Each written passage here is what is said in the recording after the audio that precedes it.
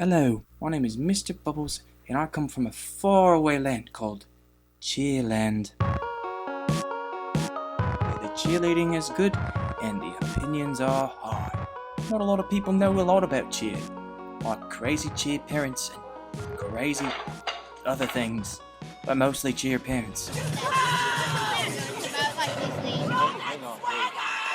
So I thought it'd be a good idea to make videos to educate and bridge the gap between cheer knowledge and cheer ignorance. So this is my routine breakdown with Mr. Bubbles. Up next, we have the California Allstars SMOED. Yes, that famous team that you see on the television or the YouTubes. The birthplace of the cheerleading, I would like to say. Very good team, very well respected, sometimes overhyped, sometimes underhyped. A very good team nonetheless. They took third at NCA, had a couple drops, but the routine potential is there to compete with Brandon Senior Black.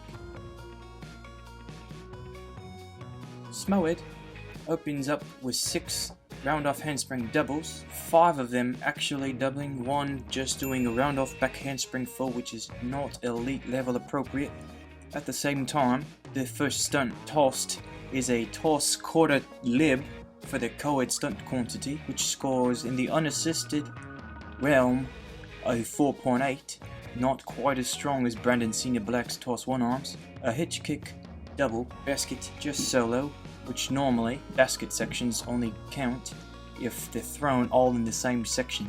So this one is mainly for flair, which you'll see a lot of in this routine. It does look cool, but none of them count for difficult. In the midst, a round off double, 3 toe fulls, 3 thrown, the 4 other boys do standing fulls, 6 other girls in the line behind them, 4 of them throw standing fulls, the others standing backs, 7 cartwheel fulls going at the same time.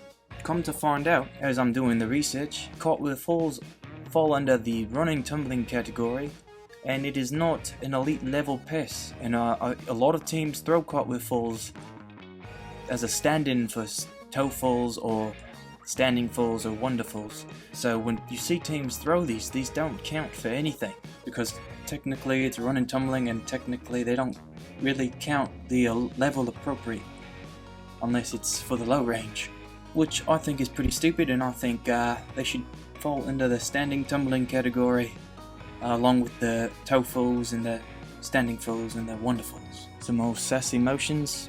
Oh, she gone hitting the speed bag right there. 6 wonderfuls, and then 7 3 to doubles, 4 of them doubling, 3 of them doing 3 to fulls, which is still elite level appropriate.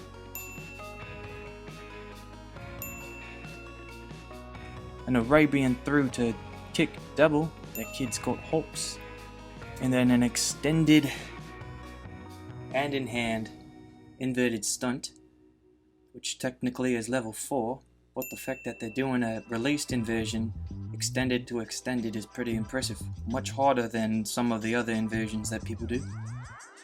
But the varsity score sheet deems this just level appropriate because it lands to 2 feet.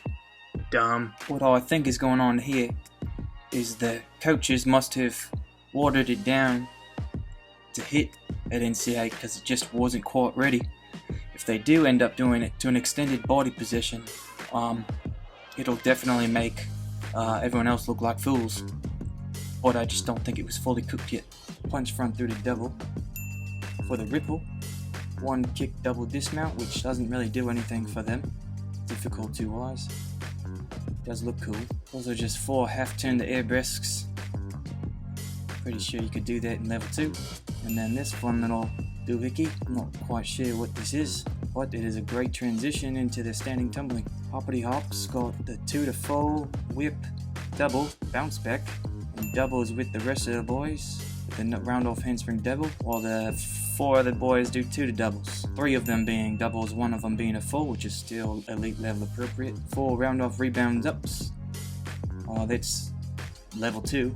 2 front rockovers across the front, very nice. Level 1. Some sassy motions.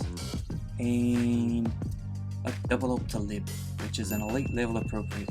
stretch to stretch, high to high TikToks, the elite level. And then this is where it gets a little bit confusing. You see it less often because it's a little trickier, but it's still not clarified whether that falls under elite or level. Because technically this is 1.5 twists to a lib, but they are releasing. So I'm going to count it as elite level because I think it's a lot harder. Not as many people throw a 1.5 twisting tick. For today's sake, we'll count it as a 1.5. But if they went to a body position, it definitely would have made that more clear for us. And then an air best double down. Motion, yeah. Nice jumps. And they are one of the first teams to do a jumps to back, which is just level appropriate and honestly pointless. And I'm sure the kids hate doing them because, you know, it was the worst part of the routine. So I don't really understand why they're doing a jumps to tuck. I mean, basically, if you know you're not going to be in the low range, the 3.5 to 4.0, then there's no really point in doing a jumps to back. Maybe just because no one else does it, I suppose. Which I could respect that. 2 Arabians through the double, across the front, punch front through the full, which technically is an elite level. 1.5 through the double, 4 punch fronts through the fulls, 2 straight doubles, 2 straight doubles, 1.5 through the whip double, 1.5 through the double, whip, double. All the while, 3 baskets ripple. They like their ripples. They do 3 hitch kick double baskets, which is 2 more than Brandon Senior Black throw. Again, just showing off. They all count the same, it's just how you execute them. That was pretty good, besides maybe that little synchronization there. And then the pyramid. That doesn't count for nothing. You could do that in level 3. 360 tick to hitch. I think the fly in the back was supposed to do a high to high tick. Probably a front bid front or something like that. Back tuck half twist. 1.5 to smush, level 4. I'm not sure what that was supposed to be. Inversion, the prep level, to extension, 2 feet, front full in the background, bird front, and a paper doll structure. From there, they get the groove on.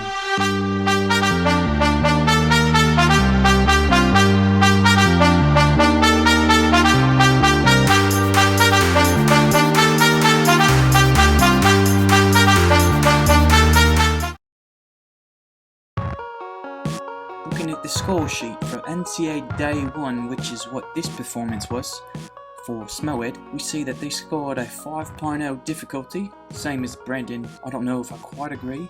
I think Senior Black stunt is much more difficult and they throw more elite level skills. Granted, I think SMOEDs could be as difficult, just not what they performed on day 1. The co-ed tosses, SMOED got a 4.8, which makes sense because they threw quarter turn tosses, where Brandon Senior Black threw a toss cupie. Pyramid 4.8 was a 5.0, which also makes sense because SMOED also failed. Tosses 5.0, 5.0, even though SMOED threw 3 hitch kick doubles rather than Brandon Allstars Senior Black throwing only 1, which again I think is a little ridiculous too. Jumps 5.0, good job. SMOED threw a tuck just for fun. Standing tumbling 5.0 for SMOED, 4.9 for Senior Black, which comparing numbers, SMOED throwing a total of 27 elite level standing tumbling passes, not including the 7 cartwheel tucks, whereas Brandon threw only 26. Not much of a difference, but you have to take into account the type of passes that are thrown, such as hoppity hops, 2 to full whip double, but maybe those cartwheel fulls did count for something, or the jumps to back. Running tumbling, they both scored a 5.0, even though SMOED ended with 23 and Brandon ended up with 21. I think SMOED should have had the edge on that one. And that is SMOED's routine breakdown. Yeah, and that's it. I hope this has helped you a little bit. I got some more learning to do as well, but we're all in this together, eh?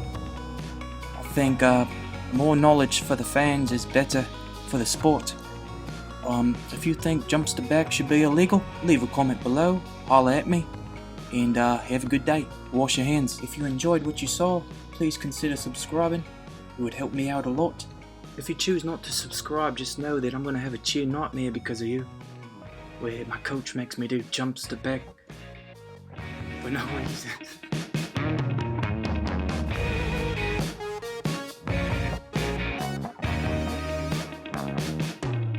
social distancing, huh?